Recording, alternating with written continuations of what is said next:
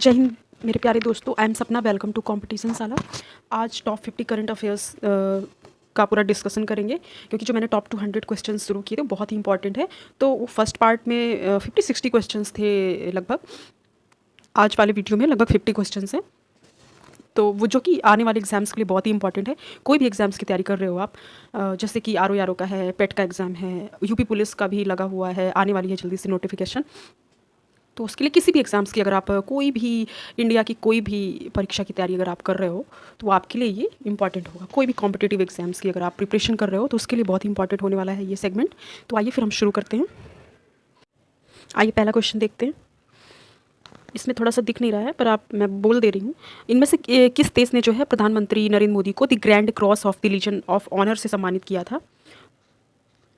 Of the legion of the honour, the grand cross of the legion of the honour से सम्मानित किया था। तो इसमें फ्रांस ने जो है नरेंद्र मोदी को 13 से 14 जुलाई के बीच, जो 2023 में प्रधानमंत्री मोदी जब फ्रांस की यात्रा पे गए थे, तो वहाँ के जो राष्ट्रपति थे, देखिए इसमें एक्सप्लेनेशन भी दिया हुआ है।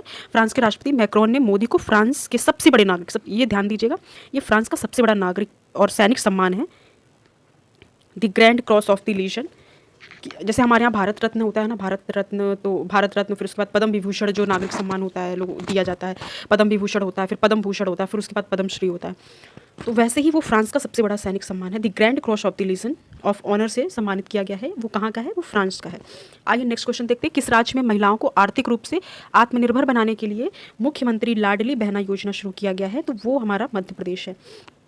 मध्य प्रदेश की सरकार है, वहाँ पे क्या कहते हैं, महिलाओं को आर्थिक रूप से आत्मनिर्भर बनाने के लिए मुख्यमंत्री लाडली बहना योजना शुरू किया गया है। इसके अंतर्गत क्या है कि प्रत्येक महिला को हर महीने 1000 रुपये दिया जाएगा। ठीक है, तो इसमें क्या है, मंथली 1000 रुपीज़ जो है वहाँ की महिलाओं को दिया जाएगा, जो कि मध्य प्रदेश सरकार ने चलाया है। कौन सी योजना है? मुख्यमंत्री लाडली बहना योजना। आइए नेक्स्ट क्वेश्चन देखते हैं।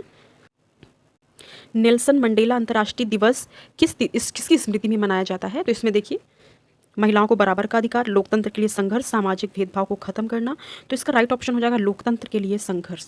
इसमें क्या था कि इसमें जो 18 जुलाई को नेल्सन मंडेला अंतर्राष्ट्रीय दिवस मनाया जाता है, और ये क्या है कि जो नेल्सन मंडेला वहाँ के लोकतंत्र के लिए जो संघर्ष और शांति के लिए, शांति और लोकतंत्र को बढ़ावा देने के लिए वहाँ जो उन्होंने, नेल्सन मंडेला ने जो संघर्ष किया था, उसकी याद में जो है नेल्सन मंडेला डे मनाया जाता है, जो कि 18 जुलाई को नेल्सन मंडेला डे मनाया जाता है। तो लोकतंत्र के लिए संघर्ष, इसका राइट ऑप्शन हो जाएगा ए। आइए नेक्स्ट क्वेश्चन देखते हैं।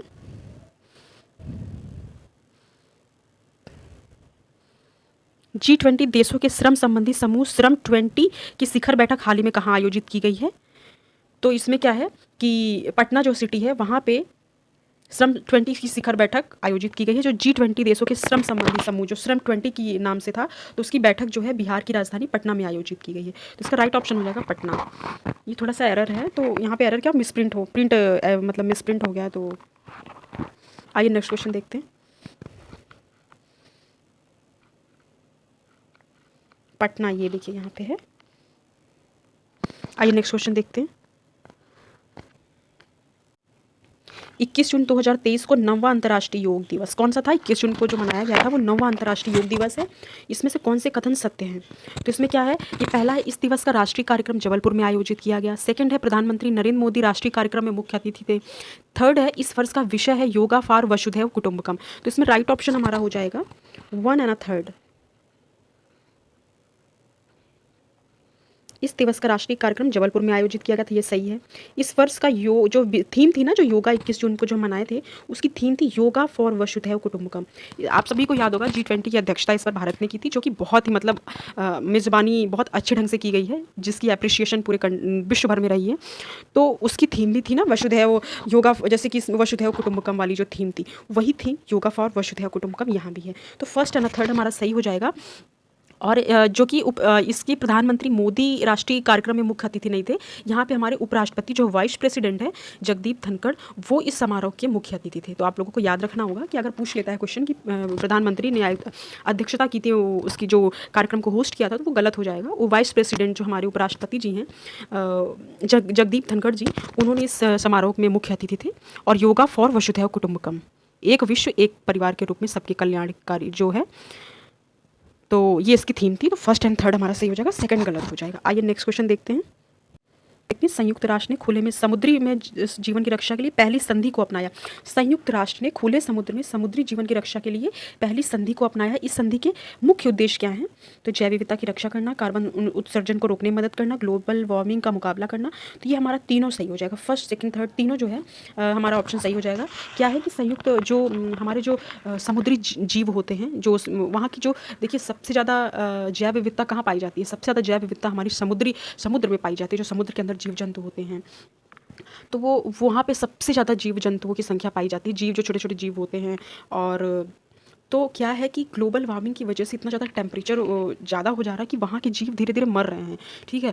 और क्या है कि इतना ज़्यादा पॉल्यूशन है कि पॉल्यूटेंट्स जो मैटर होता है, जैसे नॉन बायोडिग्रेडेबल चीज़ें हैं, प्लास्टिक हो गई जैसे, तो वो हमारी मतलब कि नदियों के माध्यम से, तालाबों के माध्यम से वो जाके सीधा सी में मिल जाता है। और वो नॉन बायोडिग्रेडेबल जो पॉल्यूटेंट्स मैटर्स होते हैं वो मतलब कि उनका ना अपघटन नहीं होता है। जैसे कि कुछ चीज़ें हैं जैसे प्लास्टिक है, उसको विघटित होने में बहुत ज़्यादा टाइम लग जाता है, कई मतलब बहुत ज़्यादा लाखों वर्ष लग जाते हैं। तो होता क्या है कि वो फिर जो मरीन जीव हैं वो उनके वो भोजन के माध्यम से वो उनके पेट में जाता है, ठीक है। तो वो सारी चीज़ें वो धीरे धीरे वो ख़त्म होते जा रहे हैं, मरते जाते हैं। फिर वो इसीलिए उसकी रक्षा के लिए ग्लोबल वार्मिंग और कार्बन एमिशन है उसको कम करना, ग्लोबल वार्मिंग का मुकाबला करने के लिए अब आजकल होता है ना, इलेक्ट्रॉनिक बसें चल रही हैं, ई व्हीकल चल रहा है, तो इससे पॉल्यूशन थोड़ा कम होगा। तो गवर्नमेंट थोड़ा कंट्रोल कर रही है। अंतर्राष्ट्रीय स्तर पे इसमें काफ़ी काम हो रहा है, क्योंकि हमारी सबसे बड़ी प्रायोरिटी है हमारा क्लाइमेट को हमें मतलब कि पॉल्यूशन, क्लाइमेट, ये सारी चीज़ें अगर सही रहेंगी तभी हम आगे सर्वाइव भी कर पाएंगे, आने वाली पीढ़ियाँ सर्वाइव कर पाएंगी। इसीलिए सस्टेनेबल डेवलपमेंट की ओर गवर्नमेंट बहुत ध्यान देती है। चलिए फिर देखते हैं आगे। तो ये तीनों हमारा फर्स्ट सेकेंड थर्ड तीनों सही हो जाएगा। आइए फिर नेक्स्ट क्वेश्चन देखते हैं। चतुर्थ राष्ट्रीय जल पुरस्कार, चतुर्थ राष्ट्रीय जल पुरस्कार 2023 में निम्न में से किसे प्रथम पुरस्कार प्रदान किया गया है? तो जो राष्ट्रीय जल पुरस्कार जो प्रत्येक वर्ष जल शक्ति मंत्रालय द्वारा प्रदान किया जाता है, और इसमें क्या है, मध्य प्रदेश को सर्वश्रेष्ठ राज्य की श्रेणी में पहला पुरस्कार दिया गया है। और डिस्ट्रिक्ट वाइज जो है उड़ीसा का गंजाम जिला वो फर्स्ट पे है। और ग्राम पंचायत में जो है तेलंगाना का जो भद्राद्री कोठागुडम जिला है। देखिए 3 श्रेणी में दिया गया है। पहले जो है राज्य की श्रेणी में हमारा मध्य प्रदेश आ जाता है, और जिले वाइज अगर बात की जाए तो फर्स्ट में हमारा उड़ीसा का गंजाम जिला आ जाता है। और अगर हम ग्राम पंचायत की बात करेंगे तो हमारा तेलंगाना का जो भद्राद्री कोठागुडम ग्राम पंचायत क्षेत्र है वो सर्वश्रेष्ठ राष्ट्रीय जल पुरस्कार प्रदान किया गया इन तीनों को, ठीक है। अगर कैसे भी क्वेश्चन पूछ लेता है राज्य स्तर पे या फिर ग्राम पंचायत स्तर पे या फिर डिस्ट्रिक्ट वाइज अगर पूछ लेता है तो आपको ये ऑप्शन मतलब टिक कर देने हैं, ठीक है। आइए नेक्स्ट क्वेश्चन देखते हैं। इसमें हमारा मध्य प्रदेश टॉप पे आ जाएगा, फर्स्ट पे राष्ट्रीय जल पुरस्कार मिला है। आइए नेक्स्ट क्वेश्चन देखते हैं। वर्ष 2021 का गांधी शांति पुरस्कार इनमें से किसे प्रदान किया गया है? तो इसमें जो गीता प्रेस गोरखपुर को जो शांति 2021 का गांधी शांति पुरस्कार प्रदान किया गया है, इसका राइट ऑप्शन हो जाएगा। इसमें तो थोड़ा सा मिसप्रिंट हो गया है, तो गीता प्रेस को जो है 2021 का गांधी शांति पुरस्कार दिया गया। आइए नेक्स्ट क्वेश्चन देखते हैं।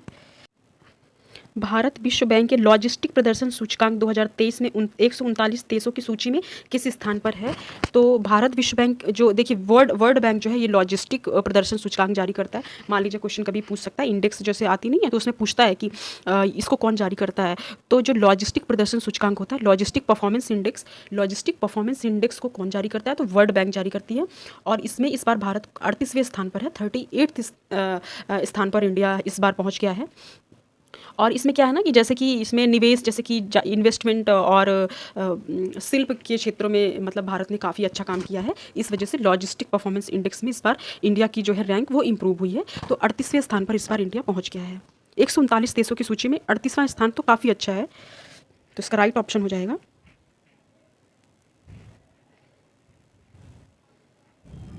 38वां स्थान। आइए नेक्स्ट क्वेश्चन देखते हैं। भारतीय नौसेना ने पहली बार ISIS विक्रांत विमान वाहक पोत के निम्न में से किस एशियन विमान वाहक रात्रि लैंडिंग एक बड़ी उपलब्धि हासिल की है? इसमें क्वेश्चन ये है कि भारतीय नौसेना ने पहली बार ISIS विक्रांत जो विमान वाहक पोत के डेक पर निम्न में से किस एशियन विमान की रात्रि लैंडिंग एक बड़ी उपलब्धि हासिल की है? तो ये MiG-29 होगा, तो इसका राइट ऑप्शन हो जाएगा MiG-29। आइए नेक्स्ट क्वेश्चन देखते हैं। हाल ही में प्रधानमंत्री नरेंद्र मोदी ने किन 3 देशों की यात्रा की, उसमें कौन कौन से कथन सत्य हैं हमको ये बताना है। तो इसमें प्रधानमंत्री ने इस यात्रा की शुरुआत पापुआ न्यू गिनी से की। सेकंड है, प्रधानमंत्री G7 के मुख्य अतिथि, यहाँ पे मैं थोड़ा अंडरलाइन कर दे रही हूँ, प्रधानमंत्री मोदी ने इस यात्रा की शुरुआत पापुआ न्यू गिनी से की। सेकंड है, प्रधानमंत्री G7 के मुख्य अतिथि और ट्रैक फोर्ट शिखर सम्मेलन में भाग लेने जापान गए थे। थर्ड है, प्रधानमंत्री ने पापुआ न्यू गिनी में IPIC बैठक में हिस्सा लिया था। तो इसमें हमारा सेकंड एंड थर्ड सही हो जाएगा, फर्स्ट गलत हो जाएगा, क्योंकि जब प्रधानमंत्री नरेंद्र मोदी ने मई में जो यात्रा पहले 3 देशों की थी वो सबसे पहली थी, देखिए मतलब जापान, पापुआ न्यू गिनी और ऑस्ट्रेलिया, ये 3 यात्रा पे थे वो। तो पहले जापान, फिर पापुआ न्यू गिनी, उसके बाद ऑस्ट्रेलिया। खैर इतना ज़्यादा डीप नहीं पूछेगा, पर मतलब थोड़ा थोड़ा सा ऊपर ऊपर पढ़ लीजिए तो क्या पता क्वेश्चन पूछ ही ले। तो इसमें सबसे पहले उन्होंने जापान की यात्रा की थी, और इसमें क्या था, तीसरा ट्रैकवार्ड शिखर सम्मेलन 19 मई को आयोजित किया गया था, और फिर उसके बाद वो पापुआ न्यू गिनी गए थे। तो इसमें सेकंड एंड थर्ड सही हो जाएगा। G7 के मुख्य अतिथि और ट्रैकवार्ड शिखर सम्मेलन में जापान में गए थे। फर्स्ट हमारा गलत हो जाएगा, सेकंड थर्ड हमारा सही हो जाएगा। आइए नेक्स्ट क्वेश्चन देखते हैं। किस देश से संबंधित लेखक ने इंटरनेशनल बुकर प्राइज जो है 2023 जीता है? तो इसका राइट ऑप्शन हो जाएगा बुल्गारिया। बुल्गारिया के प्रसिद्ध लेखक जॉर्जी गोस्पोडिनोव जो हैं, उनका जो उपन्यास था टाइम शेल्टर, देखिए जॉर्जी गोस्पोडिनोव, उनका जो उपन्यास था टाइम शेल्टर, इसके लिए इन्होंने इंटरनेशनल बुकर प्राइज़ 2023 से इनको सम्मानित किया गया है। और इस जो उपन्यास का जो इंग्लिश में ट्रांसलेट जो है एंजुला रोडेल ने किया है। तो देखिए इंटरनेशनल बुकर प्राइज़ जो होता है, मान लीजिए पहले वो किसी भी लैंग्वेज में मतलब वो लिखा जाता है, लेकिन उसका जो ट्रांसलेट होता है वो इंग्लिश में किया जाता है। तो जो जॉर्जी गोस्पोडिनोव ने उनका टाइम शेल्टर के लिए उन्होंने उनको, और जो इंग्लिश में उपन्यास का जो ट्रांसलेशन हुआ था उसके लिए एंजुला रोडेल को भी इंटरनेशनल बुकर प्राइज़ जो है दिया गया है। तो किसको कहाँ की हैं वो? बुल्गारिया के जॉर्जी गोस्पोडिनोव, जॉर्जी गोस्पोडिनोव, और जो इसका उपन्यास का अंग्रेजी में अनुवाद किया है एंजुला रोडेल ने। ठीक है, तो इसका राइट ऑप्शन हो जाएगा। दोनों चीज़ हमें याद रखनी कि वो कहाँ के हैं। तो ये बुल्गारिया के थे, और कौन था? जॉर्जी गोस्पोडिनोव। इनको अंतर्राष्ट्रीय बुकर प्राइज़ 2023 से सम्मानित किया गया है। और किसके लिए? टाइम शेल्टर इनकी उपन्यास थी, नॉवेल, उसके लिए इन्हें ये सम्मानित किया गया है। आइए नेक्स्ट क्वेश्चन देखते हैं। हाल ही में किसे से केंद्रीय सतर्कता आयुक्त जो है वो नियुक्त किया गया है? तो इसमें जो क्या कहते हैं IAS अधिकारी एक थे प्रवीण कुमार श्रीवास्तव, उनको CBC का मतलब आयुक्त नियुक्त किया गया है, CBC के आयुक्त। पहले जो सुरेश N पटेल थे उनके स्थान पर अब कौन हो गया है? प्रवीण कुमार श्रीवास्तव। तो इसका राइट ऑप्शन हो जाएगा प्रवीण कुमार श्रीवास्तव। केंद्रीय सतर्कता आयुक्त के जो CBC के सेंट्रल विजिलेंस कमीशन जो होता है उसके प्रवीण कुमार श्रीवास्तव आयुक्त बने हैं। आइए नेक्स्ट क्वेश्चन देखते हैं। इनमें से किसे त्रिपुरा राज्य पर्यटन के नए ब्रांड एम्बेसडर के रूप में नियुक्त किया गया है? तो इसका राइट ऑप्शन हो जाएगा सौरभ गांगुली। इसमें भारत के जो पूर्व क्रिकेटर कप्तान थे, तो उन्होंने BCCI के पूर्व अध्यक्ष सौरभ गांगुली, वो BCCI के पूर्व अध्यक्ष भी रह चुके हैं, तो उनको त्रिपुरा का ब्रांड एम्बेसडर नियुक्त किया गया है। तो इसमें राइट ऑप्शन हो जाएगा सौरभ गांगुली। और कहाँ के? त्रिपुरा के। भारत के नए कानून मंत्री कौन है? अर्जुन राम मेघवाल। तो मोदी कैबिनेट ने मतलब पहले क्या था, किरण रिजिजू जो थे हमारे कानून मंत्री थे, उनके स्थान पर अर्जुन राम मेघवाल को नए कानून मंत्री नियुक्त किया गया है। और जो किरण रिजिजू थे अब वो पृथ्वी विज्ञान मंत्रालय का मतलब मिनिस्ट्री वो संभाल रहे हैं। अर्थ साइंस मिनिस्ट्री जो है वो अब किरण रिजिजू का पद संभाल रहे हैं। और अब करंट टाइम पे जो है कानून मंत्री कौन है? अर्जुन राम मेघवाल। तो इसका राइट ऑप्शन हो जाएगा B, अर्जुन राम मेघवाल भारत के नए लॉ मिनिस्टर हैं। आइए नेक्स्ट क्वेश्चन देखते हैं। पुलित्जर पुरस्कार किस क्षेत्र में प्रदान किया जाता है? तो पुलित्जर पुरस्कार जो है वो पत्रकारिता के क्षेत्र में प्रदान किया जाता है, और ये जो सर्वश्रेष्ठ प्रदर्शन करता है, बहुत ही साहसिक, जैसे कि इस बार रशिया यूक्रेन का जब वॉर हुआ था तो वहाँ पे 2023 का जो इस बार मिला है वो यूक्रेन और रशिया का जो युद्ध कवरेज था उसमें जो है एसोसिएट प्रेस के जो को एक मिला था, और एक न्यूयॉर्क टाइम्स को, 2 को जो है पुलित्जर पुरस्कार इस बार प्रदान किया गया है। तो इसका राइट ऑप्शन हो जाएगा पत्रकारिता। आइए नेक्स्ट क्वेश्चन देखते हैं। विश्व प्रेस स्वतंत्रता इंडेक्स 2023 में भारत को कौन सा स्थान प्राप्त हुआ है? तो 161 जो है रिपोर्ट्स विदाउट बॉर्डर जारी करता है। जो ये विश्व प्रेस स्वतंत्रता इंडेक्स है उसको जारी कौन करता है? Reports without border. और इसमें क्या है, 180 कंट्रीज़ में जो है इंडिया को 161 स्थान पर दिया गया है, और इसके पहले 150 पे था, इस बार 161। स्थिति बहुत ही गंभीर है। इसका राइट ऑप्शन हो जाएगा 161। याद रखिएगा, इंडेक्स बहुत ज़रूरी, ये पूछा जाता है, मतलब बहुत इंपॉर्टेंट है। World press index, press freedom index जितनी हैं, और जो इम्पॉर्टेंट है वो मैं करा दूंगी आप लोगों को। आप लोग बिल्कुल निश्चिंत रहिए, बस अच्छे से पढ़ाई करिए। आइए नेक्स्ट क्वेश्चन देखते हैं। आइए नेक्स्ट क्वेश्चन देखते हैं, इसमें से किस बीआरओ ने भारत का प्रथम गांव बनाया है? तो इसमें इसका राइट ऑप्शन हो जाएगा माणा, उत्तराखंड। माना गांव है एक उत्तराखंड में।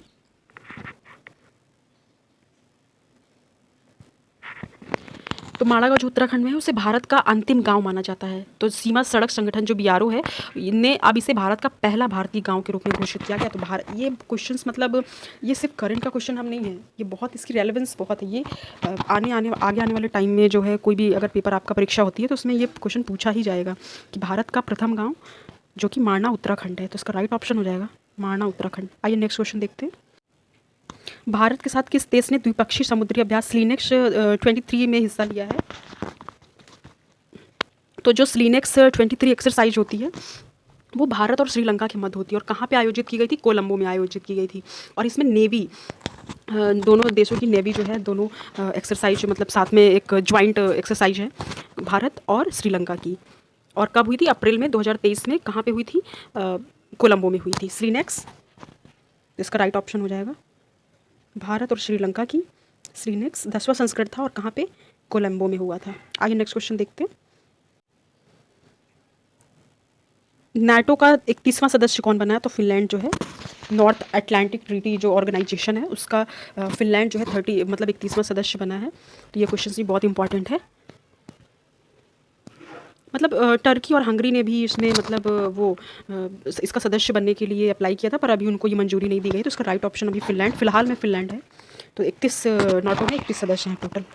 आइए नेक्स्ट क्वेश्चन देखते हैं, आईएमएफ अंतर्राष्ट्रीय मुद्रा कोष द्वारा जारी रिपोर्ट के अनुसार वित्तीय 23-24 के लिए भारत की सकल घरेलू उत्पाद मतलब जीडीपी जो है वृद्धि कितना अनुमान मतलब आईएमएफ ने लगाया है?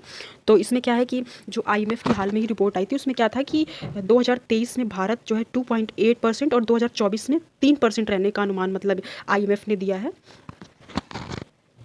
तो इसमें जो है इससे टोटल जो है 23-24 का अगर मिला दिया जाएगा तो 6.1% रहने का टोटल 6.1 होता है। तो इसका राइट ऑप्शन हो जाएगा आईएमएफ के द्वारा 6.1 जो है। ये क्वेश्चन भी बहुत इंपॉर्टेंट है। आईएमएफ ने 6.1 जो जीडीपी वृद्धि है तो वो भारत की वो 6.1 रहने वाली है 2023-24 दोनों की मिला की। तो 6.1 आईएमएफ ने ये रिपोर्ट दी है कि 6.1 भारत की जीडीपी रहने वाली है। आइए next question, Femina miss India 2023 की विजेता कौन रही हैं? तो फेमिना मिस इंडिया की जो है नंदिनी गुप्ता, राजस्थान की नंदिनी गुप्ता को फेमिना मिस इंडिया की विजेता रही हैं। तो इसका राइट ऑप्शन हो जाएगा नंदिनी गुप्ता। और नंदिनी गुप्ता जो है इम्फाल में ये जो हुआ था, नंदिनी गुप्ता को इम्फाल में ग्रैंड फिनाले में विजेता चुना गया था। तो इसका राइट ऑप्शन हो जाएगा। और ये 59वां संस्करण था फेमिना मिस इंडिया का जो था इम्फाल में, और 59वां संस्करण था। और इसमें नंदिनी गुप्ता जो राजस्थान की हैं वो विजेता है। फर्स्ट जो विजेता हैं वो नंदिनी गुप्ता हैं। तो राइट ऑप्शन सी हो जाएगा। आइए नेक्स्ट क्वेश्चन देखते हैं, सितंबर 2023 तक भारत में कितने स्थानों को विश्व धरोहर स्थल का दर्जा दिया गया है? तो इसमें जो है अभी जो हाल में रिपोर्ट जारी हुई थी वर्ल्ड हेरिटेज साइट में जो है उसमें क्या है शांति निकेतन और कर्नाटक का जो होयसल के जो पवित्र मंदिर थे उन दोनों को शामिल किया गया है। इसके साथ ही भारत में जो है टोटल जो संख्या है हेरिटेज की, इंडिया की जो वर्ल्ड हेरिटेज की जो साइट में इंडिया जो है उसकी संख्या जो बढ़ के 42 हो गई है, जिसमें कि देखिए इसका राइट ऑप्शन हमारा 42 हो जाएगा, जिसमें कि 34 सांस्कृतिक, 7 प्राकृतिक और 1 मिश्रित धरोहर स्थल है। मिश्रित में हमारा वो कंचनजंगा वाला है वो मिश्रित, और 7 प्राकृतिक और 34 सांस्कृतिक स्थल हैं। तो इसका राइट ऑप्शन हो जाएगा 42। ये क्वेश्चन बहुत इंपॉर्टेंट है। सितंबर 2023 तक भारत में 42 विश्व धरोहर स्थल है इंडिया में, ठीक है, और 34 जो है सांस्कृतिक, 7 प्राकृतिक और 1 मिश्रित धरोहर स्थल है। तो इसका राइट ऑप्शन डी हो जाएगा। आइए नेक्स्ट क्वेश्चन देखते हैं, पहला वैश्विक बौद्ध शिखर सम्मेलन कहाँ आयोजित किया गया था? तो पहला वैश्विक बौद्ध शिखर सम्मेलन जो हमारा नई दिल्ली में आयोजित किया गया था। और दोस्तों ये पहला वैश्विक बौद्ध वो सम्मेलन था, शिखर सम्मेलन, जो कि 20-21 अप्रैल को नई दिल्ली में आयोजित किया गया था। और इस वो सम्मेलन का जो उद्घाटन था वो श्री नरेंद्र मोदी जी ने किया था, हमारे देश के प्रधानमंत्री। और इसमें और भी देशों के जो 171 जो देशों के प्रतिनिधि जो थे वो भाग लिए थे, जहाँ जहाँ बौद्ध धर्म जो काफ़ी प्रचार प्रसार उसका हुआ है, लोग वहाँ के लोग बौद्ध धर्म के फॉलोअर्स हैं, तो उस कंट्रीज़ के लोग जो है 171 कंट्री के जो प्रतिनिधि थे वो भी सम्मिलित हुए थे। तो इसका राइट ऑप्शन हो जाएगा नई दिल्ली में ये सम्मेलन आयोजित हुआ था। आइए नेक्स्ट क्वेश्चन देखते हैं। इसरो द्वारा हाल ही में किए गए NVS-1 उपग्रह के प्रक्षेपण के संदर्भ में निम्न में कौन सा कथन सत्य है? तो इसमें क्या था कि मतलब मई 2023 में इसरो ने अगली पीढ़ी का जो नौवहन उपग्रह है वो नाविक और NVS-1 का प्रक्षेपण किया था। और ये सैटेलाइट जो है सशस्त्र बलों को मजबूत करने और जो नेवल फोर्स है उसकी निगरानी के लिए बनाया गया है। और ये जो मतलब लॉन्च हुआ था वो सतीश धवन अंतरिक्ष केंद्र जो श्री हरिकोटा में स्थित है वहाँ से आयोजित किया गया था। तो ये तीनों ऑप्शन सही हो जाएगा। फर्स्ट सेकंड थर्ड तीनों सही हो जाएगा। ये प्रक्षेपण सतीश धवन अंतरिक्ष केंद्र श्री हरिकोटा से किया गया था और इसका प्रक्षेपण भूस्तर उपग्रह प्रक्षेपण यान के माध्यम से किया गया और नौवहन सेवाओं की निगरानी के लिए बनाया गया। तो तीनों हमारा सही हो जाएगा। आइए नेक्स्ट क्वेश्चन देखते हैं। कौन भारतीय विशिष्ट पहचान प्राधिकरण UIDAI के नए CEO नियुक्त किए गए हैं? तो इसका राइट ऑप्शन हो जाएगा अमित अग्रवाल। आइए नेक्स्ट क्वेश्चन देखते हैं। और जो राष्ट्रीय परीक्षा एजेंसी है तो उसके जो चीफ हैं तो वो सुबोध कुमार सिंह हो जाएंगे। तो इसका राइट ऑप्शन हो जाएगा UIDAI के अमित अग्रवाल इसके CEO नियुक्त किए गए हैं। आइए नेक्स्ट क्वेश्चन देखते हैं। वर्ष 2023 की राष्ट्रीय संस्थान रैंकिंग फ्रेमवर्क में किसी ओवरऑल रैंकिंग में IIT मद्रास जो है हमारा टॉप पे है। ओवरऑल रैंकिंग में जो है IIT मद्रास को पहला स्थान मिला है और सेकंड स्थान पे IIT बेंगलुरु है। तो फर्स्ट पे ओवरऑल रैंकिंग में हमारा IIT मद्रास फर्स्ट पे है। आइए नेक्स्ट क्वेश्चन देखते हैं। हाल ही में हुई घोषणा के अनुसार किस राज्य में उत्तर भारत का पहला परमाणु, ये बहुत इंपॉर्टेंट क्वेश्चन है, मोस्ट इंपॉर्टेंट, उत्तर भारत का पहला परमाणु संयंत्र जो है स्थापित किया गया है? पहला परमाणु संयंत्र स्थापित किया गया है। तो जो उत्तर भारत का पहला परमाणु ऊर्जा संयंत्र है वो हरियाणा का जो गोरखपुर है, फतेहाबाद जिला डिस्ट्रिक्ट है, उसमें गोरखपुर नाम का गांव है। गोरखपुर ये यूपी वाला नहीं, ये हरियाणा में एक है, वहाँ पे स्थापित किया गया है और 2800 मेगावाट बिजली उत्पन्न की जाएगी। एटॉमिक जो बिजली जिससे बनती है परमाणु संयंत्र, तो वो हमारा राइट ऑप्शन हो जाएगा हरियाणा। आइए नेक्स्ट क्वेश्चन देखते हैं। भारतीय कृषि अनुसंधान परिषद द्वारा विकसित HT3385 निम्न किस फसल की किस्म है? तो ये गेहूं की, इसमें बहुत ज़्यादा डीप में नहीं जाएंगे, तो इसका राइट ऑप्शन गेहूं हो जाएगा। 17वां प्रवासी भारतीय दिवस 2023 कहाँ आयोजित किया गया है? तो ये जो है इंदौर में 8 से 10 जनवरी 2023 को 17वां प्रवासी दिवस मनाया गया था इंदौर में, जिसका आयोजन हुआ था। और प्रवासी भारतीय दिवस कब मनाया जाता है? 9 जनवरी को, क्योंकि 9 जनवरी के दिन जो है हमारे महात्मा गांधी दक्षिण अफ्रीका की यात्रा से भारत लौटे थे।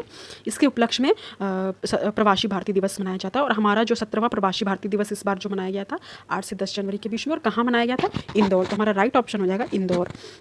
17वां प्रवासी भारतीय दिवस 2023 इस बार इंदौर में आयोजित किया गया था। याद रखिएगा, इंदौर में 17वां प्रवासी भारतीय दिवस आयोजित किया गया था।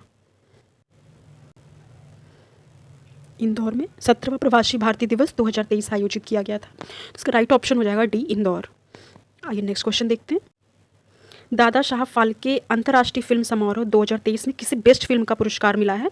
तो उसमें दी कश्मीर फाइल्स को जो है Dada Saheb Phalke international film festival award का पुरस्कार मिला है। और इसके जो डायरेक्टर थे विवेक अग्निहोत्री थे, दी कश्मीर फाइल्स के। इसका राइट ऑप्शन हो जाएगा दी कश्मीर फाइल्स। आइए next question. Henley passport index में जो है भारतीय पासपोर्ट को कौन से स्थान मिला है? तो 80वां। 57 देशों में बिना वीज़ा के भारतीय जो है यात्रा कर सकते हैं। और सबसे फर्स्ट पे जो है वो जापान पहले स्थान पे है। तो भारत की जो रैंकिंग है वो 80वें स्थान पे है, 80th स्थान पे है। केंद्रीय बजट 2023-24 में चालू वर्ष की आर्थिक वृद्धि दर का अनुमान कितना है? तो 7% है। और हमारी आज़ादी के 75वें वर्ष में दुनिया की भारतीय अर्थव्यवस्था को मान्यता दी गई है। और हमारी चालू वर्ष की आर्थिक वृद्धि दर कितनी रहने के अनुमान है? तो 7% रहेगी इस बारी 23-24 में। आइए नेक्स्ट क्वेश्चन देखते हैं। वुमेंस प्रीमियर लीग जो है 2023 का खिताब किस टीम ने जीता? तो मुंबई इंडियंस ने जो है ये अवार्ड जीता था। मतलब मुंबई इंडियंस ने खिताब जीता था। वुमेंस प्रीमियर लीग 2023 का खिताब किस टीम ने जीता? तो ये मुंबई इंडियंस ने ये खिताब जीता था। और पहला ये जो वुमेन प्रीमियर लीग थी ये पहली बार आयोजित किया गया था, जिसमें कि मुंबई ने दिल्ली कैपिटल्स को पराजित किया था। अगर क्वेश्चन पूछ लेता सेकंड में कौन था, तो फर्स्ट में मुंबई जो इंडियंस ने दिल्ली कैपिटल्स को पराजित किया था। मुंबई इंडियंस की कप्तान कौन थी? हरमनप्रीत कौर थी। और दिल्ली कैपिटल्स की जो कप्तान थी वो ऑस्ट्रेलिया की मेन लैनिंग थी। तो इसमें पूछ भी सकता है कैप्टन कौन थी। तो पहला वुमेंस प्रीमियर लीग इस बार आयोजित किया गया, जिसमें कि मुंबई इंडियंस फर्स्ट पे वो विजेता रही और सेकंड पे दिल्ली कैपिटल्स थी, और उसकी मुंबई इंडियंस की कैप्टन कौन थी? हरमनप्रीत कौर थी। आइए नेक्स्ट क्वेश्चन देखते हैं। अर्जेंटीना की लुइस कैफ्रेली को एबेल प्राइज़ प्रदान किया गया था। इसमें पूछा जाता है कि एबेल प्राइज़ जो है किस क्षेत्र में दिया जाता है, तो एबेल प्राइज़ जो है गणित के क्षेत्र में दिया जाता है, और लुइस कैफ्रेली इस बार की विजेता रही हैं। बहुत ही इंपॉर्टेंट क्वेश्चन है ये, पीसीएस आरओ में बहुत ही बार पूछा जाता है इस तरह के जो क्वेश्चन बनते हैं, तो निश्चित रूप से पेट में भी देखने को मिल सकता है, पेट हो या फिर आप किसी भी एग्जाम की तैयारी कर रहे हो। अर्जेंटीना की लुइस कैफ्रेली एबेल प्राइज़ को ये पुरस्कार प्रदान किया गया है। आइए नेक्स्ट क्वेश्चन देखते हैं। राइट टू हेल्थ बिल पारित करने वाला भारत का पहला राज्य कौन है? राइट टू हेल्थ बिल जो है राजस्थान, इसका राइट ऑप्शन हो जाएगा राजस्थान जो सरकार है, राइट टू हेल्थ बिल प्रदान करने वाली राइट टू हेल्थ बिल पारित किया गया है। और इस नए बिल के अनुसार क्या है कि जो सरकारी और प्राइवेट मतलब कि कहीं भी अगर कोई जो पेशेंट है उसको अगर गवर्नमेंट और प्राइवेट हॉस्पिटल में ले जाएंगे तो वो कोई मना नहीं कर सकता है। और इसमें क्या है कि हर व्यक्ति को, राज्य के हर व्यक्ति को इलाज की गारंटी मिलेगी, और प्राइवेट हॉस्पिटल में भी मुफ्त इलाज करा पाएंगे। जहाँ पर नहीं प्राइवेट सेक्टर में मना कर दिया जाता है, तो प्राइवेट हो या फिर सरकारी, वहाँ पर मुफ्त इलाज होगा। तो राइट टू हेल्थ बिल, देखिए कितनी अच्छी पहल है ये, right to health bill Rajasthan government ने शुरू किया है। आइए जल्दी जल्दी 4-5 और क्वेश्चन बच्चे देख लेते हैं। फिक्की के नए महासचिव शैलेश पाठक हैं। आइए नेक्स्ट क्वेश्चन देखते हैं। किस फुटबॉल टीम ने संतोष ट्रॉफी 2023 जीती है? तो कर्नाटक ने 2030 की जो संतोष ट्रॉफी है वो जीती है। और कहाँ पे? सऊदी अरब की जो कैपिटल है रियाद, वहाँ पे संतोष ट्रॉफी के वहाँ पे हुआ था ये मुकाबला, और संतोष ट्रॉफी के फाइनल मुकाबले में कर्नाटक ने मेघालय को हराया था, जिसमें कि कर्नाटक विजेता रहा है। तो इसका राइट ऑप्शन हो जाएगा संतोष ट्रॉफी 2023 कर्नाटक में थी, और कहाँ पे ये आयोजित की गई थी? रियाद में, सऊदी अरब की कैपिटल है। तो विजेता संतोष ट्रॉफी की, ये भी सीधा सीधा क्वेश्चन बन जाएगा, संतोष ट्रॉफी 2023 की विजेता टीम तो कर्नाटक। तो इसका राइट ऑप्शन हो जाएगा कर्नाटक। ऑस्कर अवार्ड 2023 में किसे सर्वश्रेष्ठ अभिनेता का पुरस्कार मिला है? ब्रेंडन फ्रेजर को। ब्रेंडन फ्रेजर को जो है सर्वश्रेष्ठ अभिनेता का पुरस्कार मिला है। और बेस्ट एक्ट्रेस को जो है मिशेल यो को everything everywhere all at once के लिए मिला है। तो बेस्ट एक्टर जो है ब्रेंडन फ्रेजर, और बेस्ट एक्ट्रेस जो है ऑस्कर अवार्ड्स में बेस्ट एक्ट्रेस जो है, एक बार आप याद नाम सुनने भी रहोगे ना तो वहाँ पे आप क्वेश्चन कर ले जाओगे, तो इसलिए एक बार सुन लीजिए। मिशेल यो को everything everywhere all at once के लिए मिला है। इसका राइट ऑप्शन हो जाएगा ब्रेंडन फ्रेजर। 2022 का ब्यास सम्मान किसे मिला है? तो डॉक्टर ज्ञान चतुर्वेदी को पागलखाना के लिए ये ब्यास सम्मान से सम्मानित किया गया है। तो दोस्तों फिर आगे मिलते हैं एक वीडियो और करंट अफेयर्स का, जिसमें सारे इंपॉर्टेंट इंडेक्स वगैरह और भी क्वेश्चंस इंपॉर्टेंट है, वो 1-2 वीडियोज़ में मैं कवर करा दूंगी, और निश्चित रूप से वो उसमें से आपको करंट अफेयर्स देखने को मिलेगा। उसके बाद फिर कंटिन्यू करते रहेंगे। Thank you for watching.